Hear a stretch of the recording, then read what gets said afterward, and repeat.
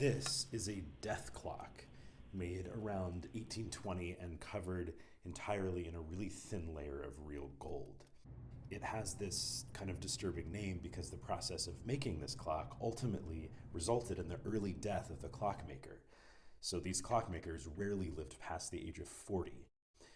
This was because the makers of these clocks were able to cover their products entirely in gold by mixing gold with mercury, which made the gold highly malleable, so complex shapes could be made with a really, really thin layer of gold, which is, of course, a precious metal and very expensive, which was far, far cheaper than sculpting solid gold. The addition of the mercury basically turned this gold into gold paint.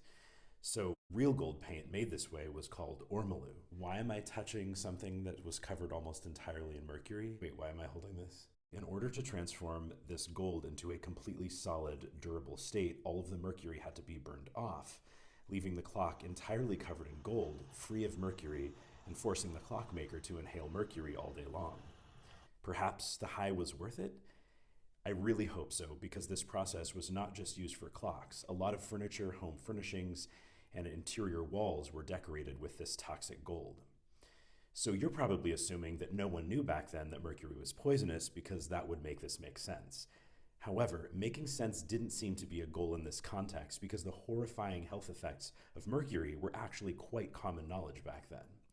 France, the main producer of mercury gold fireplating, as this is also called, outlawed its production in 1830, although illegal production of ormolu continued until around 1900.